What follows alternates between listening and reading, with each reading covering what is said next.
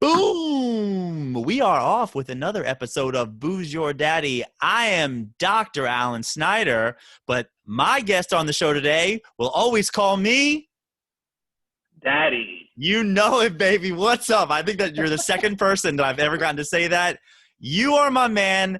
What's going on, Cisco? How you doing, man? Hanging out, man, happy to be here. Dude, I am so happy to have you. I am so happy to have you. And you may believe me, you may not, but there's only so many people that I've been inviting on the show. There have been a lot of people that say, hey, that's really cool. I'd love to get on there. I'd love to do this. And okay, I've had them on there and I have a long list of people to go, but you are one of like 3 or 4 people that I said, I need to get this dude on my show because of who you are, because of how close we are. I mean, we've been friends for a super long time anyways. And I said, this is the perfect medium for you. So how you doing? I love it. Hanging out, living life, trying not to catch COVID. I tell you, right? You know I had it, right? Oh, did you? Yeah. Dude, I had it back in March. It was like the flu for 2 days. I was a little lethargic for a couple of days. Then I had a little like that for like a month. Other than that, I was fine. How many elderly people did you kill, you think? Maybe like 7, maybe 7.5. The truth is not, truth be told, I did have a patient I was working with who I got sick on a Saturday night and she got sick on a Monday, and she is totally sure I gave it to her. She did not die, but she did not die. She didn't, but she was a little older than me, and she feels like I gave it to her, and she struggled a lot more. She had about 10 days of sickness, and her whole family, nothing. But she was in bad shape. Whatever. Shit happens. Obla-di. Obla-da. She's alive. Truth, man. So I think we should first just get into how you and I know each other, because I know our story. You remember? Because we've been friends for what? Like, it's a while now, man. It's like 9 years, maybe. 9 years, yeah. It was, what was it back then? Plenty of Fish? You wish I swiped. I actually have never used Plenty of Fish. Is it a swiping or is it a sending? I don't know. That's the only one I could think of that was like probably around 9 years ago. Oh, man, come on. I've been on J-Date. So you and I basically both met each other because we were people in New York City who liked playing sports, and we signed up for Zog. You signed up by yourself, like you didn't know anybody. Right? I was trying to meet a girl, co-ed. That's why I signed up. And you got stuck with me? I feel terrible for you. That being said, we just signed up, and I actually did sign up with a couple of friends, and we joined this big random team, and they gave us a purple jersey, and next thing you know, Purple Power is born. And there were some cute girls on the team. Just putting that out there. Yeah, some. Not bad. So I'm just going to go ahead and tell a quick story now. I highly doubt either of these two people are ever listening to this show. Now I know Big Mike listens to this show, and he loves this story.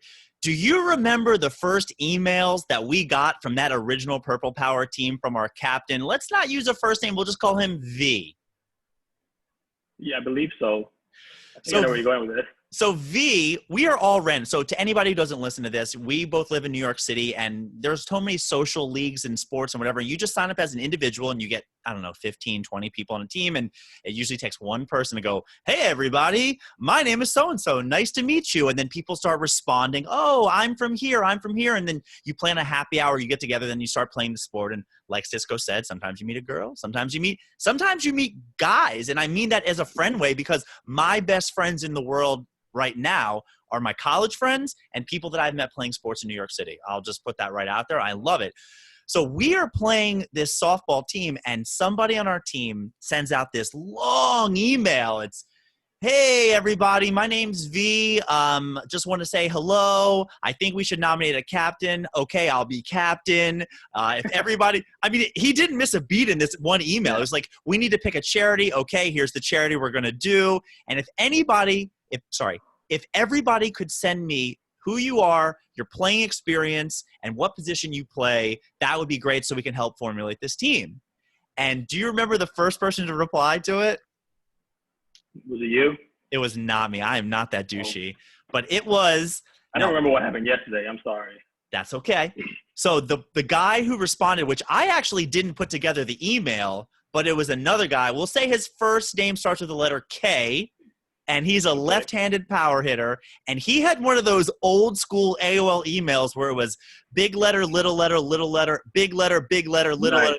And I just remember it was like data something 6,000. And I said, this guy, whatever. But it turns out what he was spelling out was the ladies guy, 3,000. And having since met him and played with him, and he is not a ladies guy at all. So not like you. Oh, stop it, you devil. So anyway, he signs into this, hey, everybody, my name is K, the ladies guy 5,000, and I'm the MVP of every league I play in, and I'm this. And we started a side email chain with the group of people I knew. They're like, guys, these guys are losers. Like, what are we doing? What did we sign up for? It was so crazy, but I'm so happy I met you because we played softball, and then we played dodgeball, where you are an original Dunkadoo, which is why you know me as Daddy. Yeah. And you got a championship with us, right? I believe so. I believe so. So you're a dodgeball champion, and now we play back on Purple Power, and I have another Purple Power story for later, but got to be honest, Cisco, I'm a little thirsty.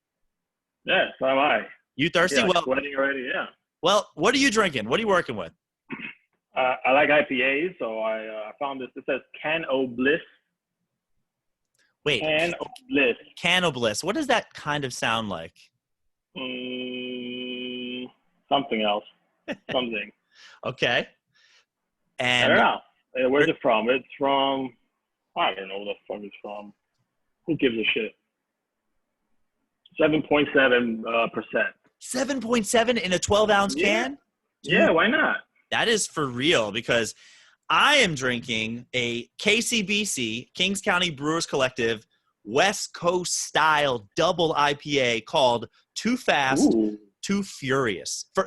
Too Fast, Too Furriest. And it has pictures of little tigers and everything on there. I like KCBC is good. They make good stuff. They do make good stuff. Let's crack Oscar Blues. I don't know where it's from. Oscar Blues, you know what that's? I don't know. Well, I'll look it up. Scratched off. Where it's from is scratched off. What the hell, man? I got the one retarded. I'm retarded. See, I'm canceled already. North Carolina, I think. Sounds good. Whatever. All right, baby. Open it up. Yeah. Cheers, buddy. Salute to you. L'chaim. Ooh, that is hoppy. That's pretty good. So I always try to pick something representative to my guests, and I picked this Too Fast, Too Furriest because it's these cats driving cars. Nice. Do you know that you're involved in a story about driving that I actually tell all the time? Uh-oh. You being a born and raised New Yorker, you know the rules way more than most people here. And one of my favorite moments with you, and one of my favorite moments ever in New York City, is we were driving one night after softball or dodgeball, and it was like the rainiest night ever. And you made a power move that I have never seen duplicated. It was the far right lane, and we needed to make a left. And the traffic to the right with us was going straight. It was one of those like avenue cross streets, and it's pouring down rain that night. And you basically just waited in the far right lane. As soon as the light hit red for the people to the right, you just made this hard left across a lot of streets. And I went, dude, what are you doing? And you went, Alan, do you know how hard it's raining outside? No cop is pulling. Nobody cares right now. Like, nobody cares about what we're doing. And you know what? They didn't care. Nobody gave it. But that was a power move. That was one of those too fast, too furriest moves. I like it. I like it. Is this something you do all the time, or is this one of those? Not at all. No. I was just trying to impress you, man. It worked. It worked because that night you did that, and that was also the first night that I was ever introduced to the song by Macklemore, Thrift Shop. I had never heard that song before. And every time that song comes on now, I remember the night that we crossed 4 lanes. But I think of you. And it's one of those, it always sounds kind of like a eulogy when I'm doing these things. I'm like, Cisco is a great guy, but he just did this. But it's like, I want you to know that of all the things I could describe you as, that's where you are in my heart. As like, Thrift Shop is who you are to me. And Fast and Furious driver. So that's why I'm drinking this for you tonight. So I like it. Can you tell that story at my wake? Yeah. At my real eulogy, please. Yeah, absolutely. Because I've only ever been to one wake as a Jewish person. I've only been to one wake, dude. Oh. It is very strange because it's kind of like a funeral, except the guest of honor is right there. I mean, you're like, oh, hey there, how's it going? How long have you known the family? I mean, it's very strange. It is. It is. Especially the open casket ones. Yeah, again, that was my only one I've ever been to, and Yeah. it was very, very creepy. I was not a fan of it. So the other story that I tell about you, which more reflects on me, was when I had a party in Hoboken years ago, and you showed up to the party, and I've known you as Frank. I mean, I've been saying Cisco, but you were Frank. You were Frank. Hi, I'm Frank, and we're hanging out on my rooftop in Hoboken, and you showed up, and I was so happy you came all the way from New York to Jersey, and you're looking around, and at one point you go, hey, Alan, what's the deal, man? You only got white friends, huh? I'm like, what are you talking about? What are you talking about, Frank? And you said, I feel a little uncomfortable here. I don't know how I'm going to fit in with your friends. And I looked at you, I said, what are you talking about? And you look at me and you said, you know Frank is short for Francisco, right? And I went, I actually had never put that together because I don't know. I have a black friend, I guess. I don't know. I don't discriminate. I just never realized that I am this bro, this lax bro that has a very unique, very ununique. I have a specific group of friends, and they're all white people. And you made me realize I'm a terrible person because I invited you, and I only invited you because I thought you were white. I didn't know you were Hispanic. I like it. You are part of the problem. I am part of the problem, but I don't do it on purpose. I know. I love everybody. I'm one of those idiots that thinks all lives matter because I think everybody's great, but I also think Black lives matter. I am not good at this, and I am so not racist. The same way you gotta edit that out because you're gonna get canceled. I'm not getting canceled because there's no hate behind what I'm saying, and I say the same thing as far as gaydar. I am so stupid with gaydar. I have no idea. I've had guys talk to me all the time. I'm here. I'm at a sports bar. I'm in the bathroom. I'm like, man, I met the coolest guy in the bathroom. And people are like, what do you mean? I'm like, I don't know. He just seemed like a good dude. They're like, Alan, come on, man. You realize he was trying to get down to clown, right? I was like, no, I really thought he was just a nice guy. I don't see color. I don't see sexual preference. I don't see it. So I don't know if I'm the part of the problem or because I don't hate anybody. I love everybody. You're the nicest guy. I know you do. I am not the nicest guy. Can you even say gaydar? Is that not on the list of words you can't say anymore? No, gaydar's fine. There's no judge my intention, not my words. I'm no hate towards gaydar. Shouldn't it be like I don't even know what it would be. Gender neutral dar? Gender neutral. What the hell it's gonna be. I don't know where we're going. So I think that's a good segue into you telling your story because I respect you because you have done something that I've only dreamed of. You have taken the leap and gotten on stage and performed several times now. And I have seen you live and I've seen a couple of your videos online and I think you're funny, man. I think you got something there because there's only one Francisco and you do a great job of being that person. Thanks. I appreciate it. It's not easy. It is easy being me. It's not easy being cheesy. So why don't you tell people why you decided to transition into a female? No, transition. See, that was a callback. Not yet. Yeah. That's happening. What made you want to get up on stage and start making people laugh? I wanted to be a stand-up since I think I was like 8 or 9. I think I saw, what was it? It was either I was Eddie Murphy Raw or Delirious, one of them. I was a kid, probably way too young to see it. And I said, I want to do that. I want to stand on stage and make people laugh.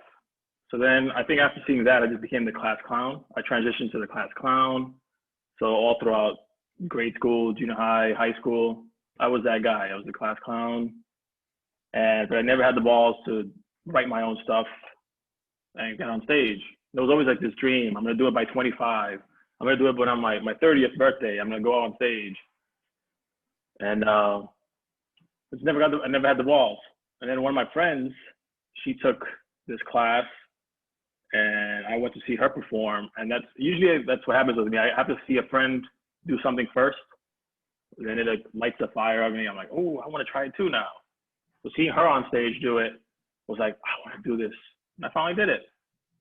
I loved it. I regret not doing it, but it was fantastic. You should do it. I tell you all the time, you belong on stage. I know. I might try. My goal actually was to get up on stage before I move out of New York, and COVID has derailed a little bit of the plans with that, but we'll see what's going to happen. And you know what?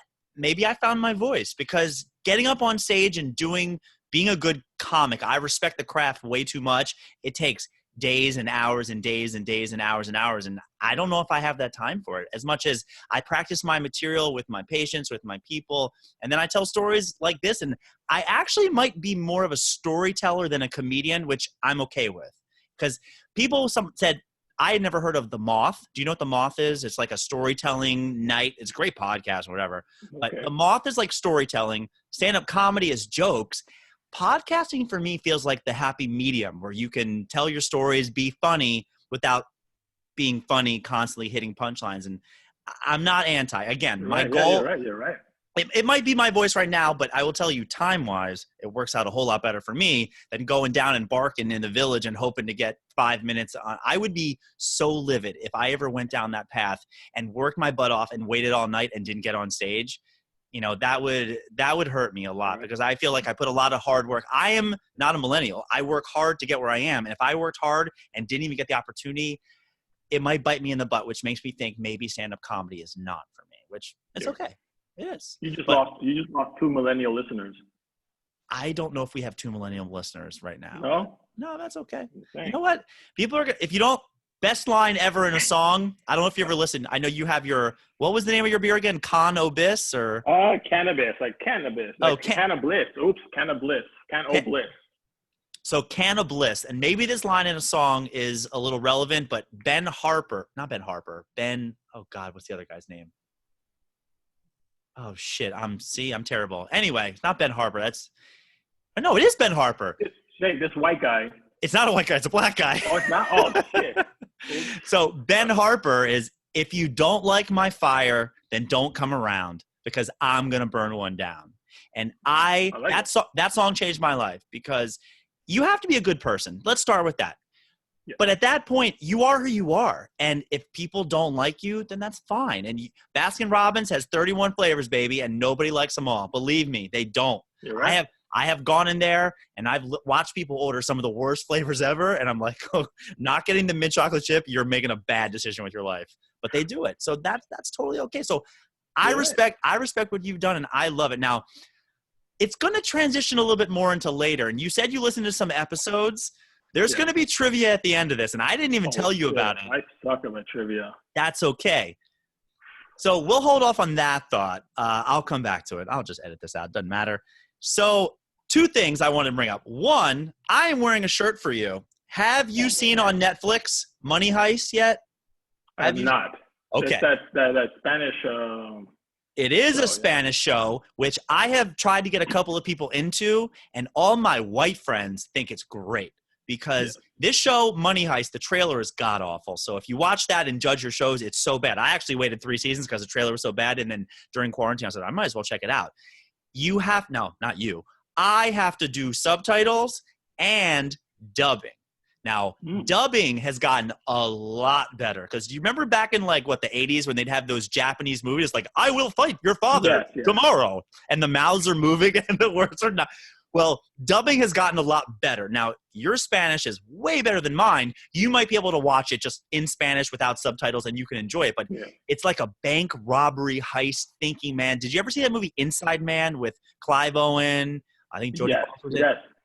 It's got a little of that. That's all I'm going to give you for that. I would say watch the first episode or 2. I told Skittlebomb, I told Candy on it, and she's been like, Alan, one of the best things I've seen in a while. I told one of my Spanish-speaking friends who just listened to it regular, and he goes, this is terrible. I can't get through this. I was like, oh, really? All right. Yeah. So my brother loves it. Yeah. I'm in. I'm all in. Not to mention there's enough nipple in it that makes it worth it. So you're like, okay. Female and male or both? There might be male nipple. There's no male ding-dong. So okay. But yeah, there's a couple. Like the hottest girl in the show is very naked in the first season, and then I'm a dark-haired, dark-eyes guy, and there's a woman in the show who's dark-haired, dark eyes, and the 3rd season, you see her getting down. I rewound it a couple of times, put it on my phone, just saying.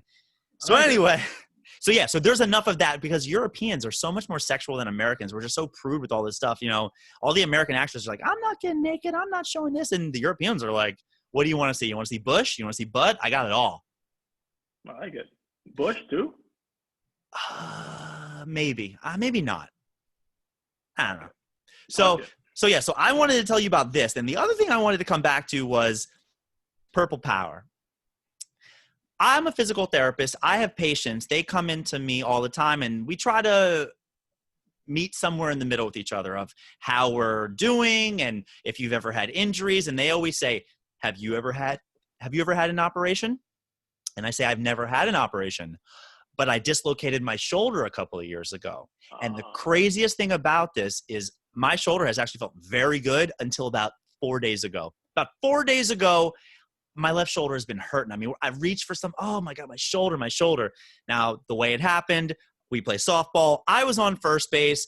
I take a huge lead. The ball is hit to the outfield. I round second. I'm digging for third. The ball is coming in. I slide, turn my face so I don't get hit by the ball, land on my elbow, stay on the base, by the way, because the guy grabbed the ball, put the tag on, and did not take that tag off at all because he was hoping I would get up, stand, whatever. So I'm on the base, and it was like one of those Vietnam movies where you just hear, boo, and somebody turns and says, is it out? And I said, yeah, it's out. I did not. I turned the umpire. I said, time out. The guy grants me time. The guy finally takes his tag off my back, which I was like, thanks, man. I mean, we're playing here but it was a championship game. And I walked back to the bench with my arm dangling. Do you remember this? Yes, I do. And we have people standing there just like, oh my God, what's going on? And out of nowhere, Francisco walks right up to me and you said, what do you want me to do? What can I do? And I actually have no idea how to put a shoulder back in place. Even as a doctor, that's not something we do. And I looked at you and I said, just pull it a little bit. Just pull it like this. And then what I did was I put my arm and I pushed out to the side and you just gave it a little tug and you saw snap right back in as our whole bench ran. Oh my God, Jesus Christ. You did that for me, man. Like that was really, really awesome of you. And I sat down on the bench after that and George comes up and says, hey man, do you need ice or anything? And the truth was it didn't hurt. My shoulder did not hurt at all. And I'm like, I don't know. You know what? Okay, I probably should get some ice for this. 30 seconds later, the adrenaline wears off, and it was the most pain I've ever felt in my life. I was rocking back and forth in the chair. I was in so much pain. I sat there for, I couldn't tell you, 15, 20, 30 minutes until my turn in the lineup came back around. And this is a championship softball game. And Mike comes up to me and goes, the umpire's being a jerk. He says, you have to go hit. So I said, all right. It was my left shoulder. I'm a right-handed batter. I stand in the batter's box, and I said, you know what? This dude's going to have to throw 3 strikes. And this guy throws the first pitch over my head. The umpire calls a strike. And I was like, you've got to be kidding me, man. Like, that wasn't even fucking close. Strike 1. You didn't, whatever. He throws another one. Strike 2. I'm like, okay. And I see Mike at first base turn to the runner and go, because I think we had men on like first and second, 2 outs. And he whispers to them. And sure enough, ball comes. I swing with all my might with one arm. I dribbled it back to the pitcher, ran like the Dickens to first base. I was out by 20 feet. That was the end of the inning. It happens. Well, I get back to the bench, and Mike turns to me and goes, I told the runners that they should start running because you're going to swing with one arm if you have to. I was like, you're fucking right. I was swinging that bat with one arm. Like, absolutely. So that's one of my stories that you were a big part of, and I appreciate you we call that relocating my shoulder. Nice. Very nice. Can I call myself a doctor for that now or no? I mean, my friends don't give me credit for being a doctor, so sure, you want a doctorate? I'll print you out something. We'll go from there. You're a doctor to me. In my eyes, you're a doctor. I appreciate that. Now, do you want to know? You know how big of a doctor, a baller I am? Usually, I have this camera facing the other way, but I've been getting a lot of questions from people saying, "How do you watch so much TV? How do you watch so many sports? How do you do whatever?" Cisco, can you see the background here? You see what I got right here set up? Now that you said that, I just see that. I'm like, wow. That is called a double. For anybody watching this on YouTube, Booze Your Daddy channel, definitely subscribe. We have 2 TVs, 60 inches, side by side. You know what happened when you have two apartments and you merge to one? When 2 become 1. Nice. I need someone like I never needed love before. Wanna make love to. Do you know who that is? Do you know who sings? No, Ben Harper. That no, that is the Spice Girls I just sang. Oh, damn. You know the Spice Girls? See, that's white privilege there. I don't know. Do you know how I old know the who they Spice are, Girls? obviously. Do you know how old they are though? The Spice Girls right now have been around forever. The oldest one is like 36, maybe 37. Nice. Crazy, right? So yeah. No, anyway, Spice Girls. just to let everybody know in the background, we have sports on one at all time and Money Heist on the other, or whatever. So there you go. Awesome. To the world that You're has. giving me ideas.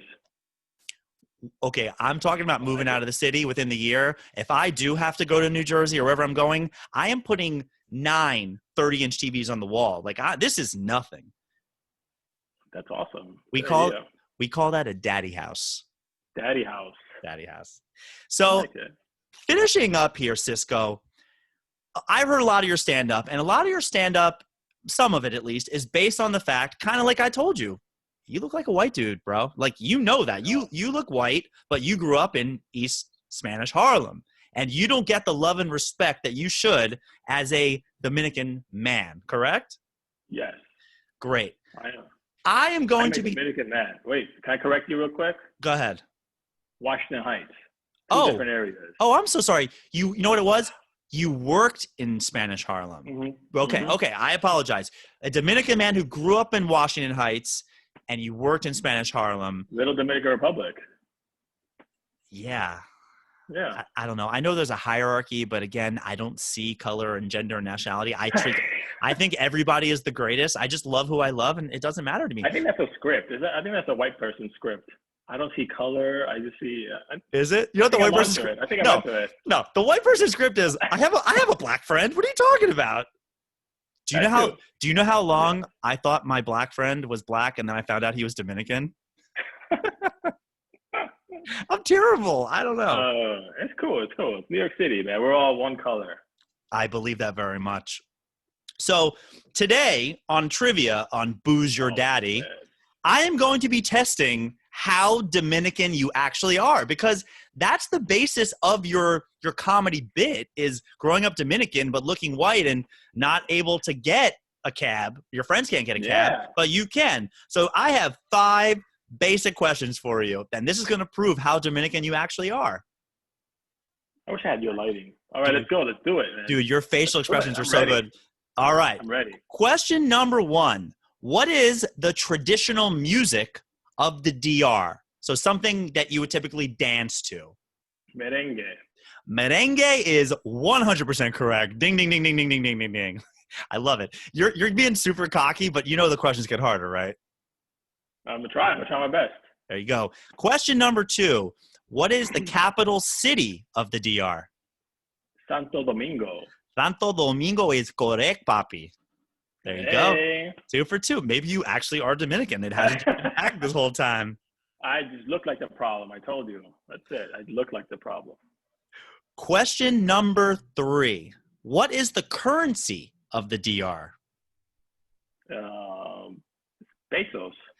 It is pesos. To be specific, because I had to look it up, because there's no way it's the Mexican pesos. It is the Dominican pesos. But you got it. Have you been to the DR, or am I just? Of course, yeah. Oh, damn. Okay, so these are just child's play. Okay, well, my rule with doing trivia with my friends here is that the first couple should be gimmies, but they're going to get harder.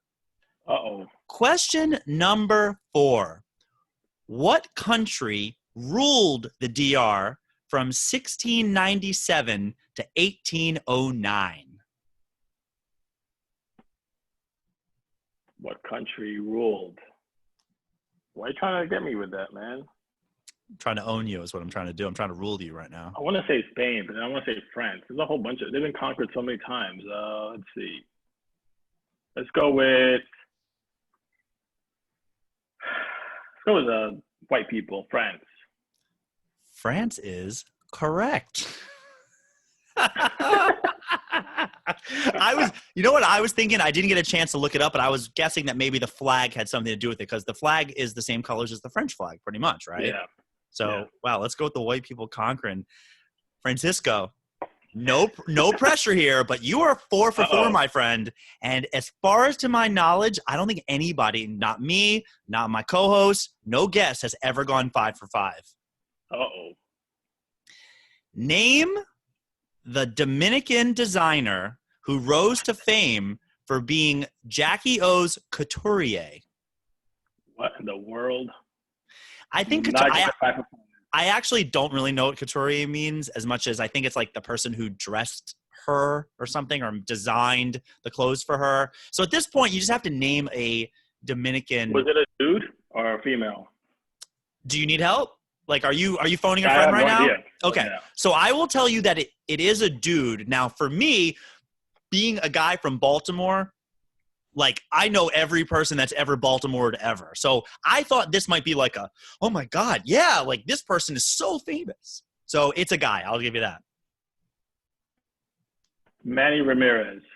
Oh, come on. Is Manny Ramirez another person, or are you just guessing a baseball player? He's Dominican. I don't know. Maybe he designed shit for her. Get out of here. First off, Manny Ramirez, I don't think was alive when Jackie O was. True. Good point. I don't know. You got me, man. I would make up a Dominican name like Diogenes, Argenis. If I told you their first name was Oscar. Ooh, Oscar Peña. Oscar de la Renta. No way. He's Dominican? Yeah, right. Whoa. Wow. We claim him too. I thought this would be I thought this would be a gimme. This is like for me when people say, "Can you name a famous Olympian who's from Baltimore?" I'm like, Michael Phelps, get out of here. Like, come on. He's our guy. I know my guys, and I'm never gonna forget that now. I'm really glad I could teach you something here on Boozer Daddy. I think you're gonna ask me who was our dictator. No, I don't. Why? Because I already dropped the France ruling you, and you made me feel like a racker. You know. Oscar de la Renta. Dang it. I tell you. So Cisco, the floor is yours, baby. Tell me what you want to tell me. Tell me what you want to tell me. You need to do stand up. Let's do a double dog dare. Yeah, it's fucking like a team. This double team stand up comedy. I don't know. Do they have stand up gangbang? Is dead now, man. Stand up is really dead. I actually have. I'm scared. I signed up to watch a stand up Zoom on Friday just because I got to watch it. I cannot do it. Oh my God. Is it bad? It's so bad. It's so bad. And hold on one second. That's clever. Recording resume. So you want me to do stand up? I want you to do more stand up because I think you're a funny guy. It's funny because I feel like I had the momentum going. I was like, I felt pretty good about myself, and actually put on the show you came to was a week before quarantine started. Was it? It was exactly 1 week before quarantine. It was good. I had a good time coming up there. I just haven't been motivated. It's just I don't want to do these Zoom comedy shows. I've been invited to some. Have you been writing at all? Trying to. It's tough. It's just especially with the whole woke thing and what we're going through now. This whole my jokes are like out there, and I'm gonna get canceled before I get a show. I don't think so. I don't think so because the people that are getting canceled right now, and there's a lot of comedians that have gotten canceled. Like Jeselnik is the raunchiest motherfucker that's ever done comedy, and somebody's making a whole video about him and how terrible he is, and he's just retweeting. Because as long as you're a good person, and I say this to anybody, as long as you're not doing stuff off the field, you can do whatever you want on the field. And I feel like, but the thing is, Jeselnik is already established. I think the whole woke culture and canceling is for amateurs is tough. Navigating that whole right. How to begin? I can't just go up there and be like, fucking Jews. I don't know. You just like, whoa. No, unless you're Jewish, but you can make fun of. I was trying to say that because of you, Daddy. You know. Oh, okay. Thanks. Fucking Jews. Yeah. Jewish. I dropped a Jew joke the other day, and as I was going through it, like I'm like, do I edit this out? Like I definitely just said Jews are cheap, and I mean I don't know. Exactly, but as an amateur, it's tough. But Justin could say whatever he wants. Bill Burr could say whatever they want. Yeah, Burr. I actually don't find Burr to be too offensive. I think he's actually a pretty good guy. I think he's very funny. Jeselnik is disgusting, but I like it because I'm a dark. Same thing with Tosh. I think Tosh is the same thing. I love the dark humor. I love dark humor and offensive. There's a line there. It's like confidence and cockiness, and I think that some of those guys are along the spectrum. So I was just curious if you had been writing stuff because my biggest fear is I start going to shows when they come back, and it's COVID, woke, of course, exactly. Black Lives Matter. Like I don't want to hear that stuff. I don't. I'd rather hear anything about anything else. So I don't have any COVID jokes at all. Yeah, good for you, man. So anybody listening to this is gonna hopefully come out and see you the way I have. Now, do you have an Instagram with your comedy stuff on it, or where can people find you if they want to hear or see some of your funny stuff? I really have it up. We started exactly the show you saw was Triggerfish Comedy. Triggerfish? Triggerfish Comedy. You know, Okay. everything was like the whole triggered thing. I'm trying to go after that. Now it's even more. It's like, I don't even know. Now it's multiplied by 1,000. It's bad. Okay. Yeah, it's pretty bad. But Triggerfish Comedy, we're trying to come back now with like open shows. We're trying to do like, I'm talking to some bars that have this like outdoor spaces. Okay. You can get like a portable speaker. Okay. I kind of refuse to do this whole Zoom thing. I'm with you. Why not go to the park? I mean, I've actually seen comedians. Yeah. That's what we're talking about. A bunch of us got like a portable speaker, just a microphone, see what happens.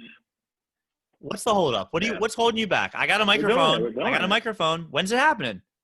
It's happening. So I'll let you know. You'll be the first one to know. All right. You're going to let me know. I'm going to tag everybody. I will 100% be there because I think it'll be a good time. I know. I think it will be a good time. You're going to perform. You're going to get 5 minutes. I will do a tight 5. A tight 5. Speaking of a tight 5, I think my You are girlfriend's in tight. the other room. Hey, there it is. You guys have been a great audience. Tip your waiter. Try the fish. Try the triggered fish. All right. Cisco, #69. My man, I love you so much. Everybody listening to this, make sure you download the episodes. Give us a good rating. Go see Cisco. Subscribe to the episodes. Frank? You're the man. I love you. Daddy out.